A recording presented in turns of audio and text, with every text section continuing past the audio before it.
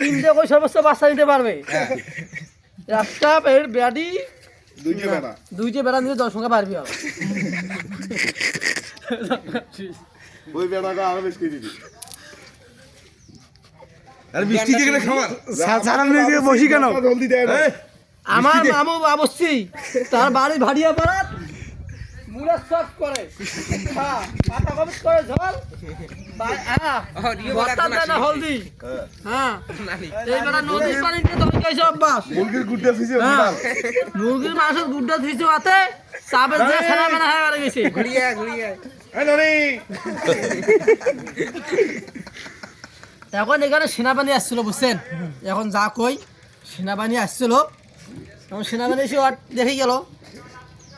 এখন স্যাম্পল চাইলো কিছু 20 মিনিট 10 মিনিট আর 16 মিনিট কিছু স্যাম্পল চাইলো। এখন স্যাম্পল তো এখান থেকে আমরা দিয়ে আসলাম পাবনা কুরিয়ার সার্ভিসে। এখন এখান থেকে যাবে ঢাকা আমতলি মোড়ে। এখন সেনাবাহিনী যাওয়ার পর আমরা সিদ্ধান্ত করলাম এখন কাজ বোধ 3-4 দিন স্থগিত থাকবে, 3-4 দিন বুঝছেন। তার পাকে না নিজের কি বললাম, হ্যাঁ এগুলো ফুটান না, আজ কথা কইছি সাউন্ড আছে ফুটান না, বুঝছেন।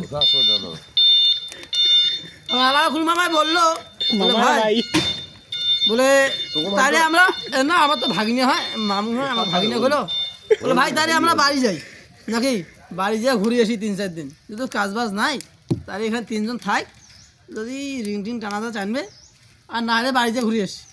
তা আমি কইছিলাম আচ্ছা মামা তাহলে ইঞ্জিনিয়ারকে বলেন এটা পিক আপ ভাড়া করে দাও আমার 3 দিনের জন্য, যে একটা সফরে মারে আসি।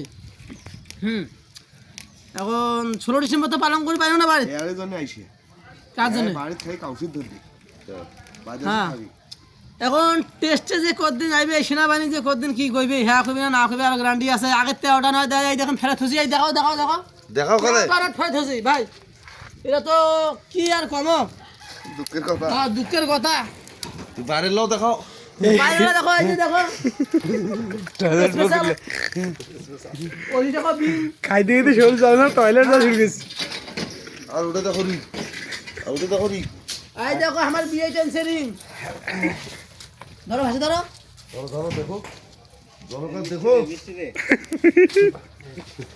সেনাবাহিনী মিষ্টি আনছিল, এই দেখো মিষ্টি আলু,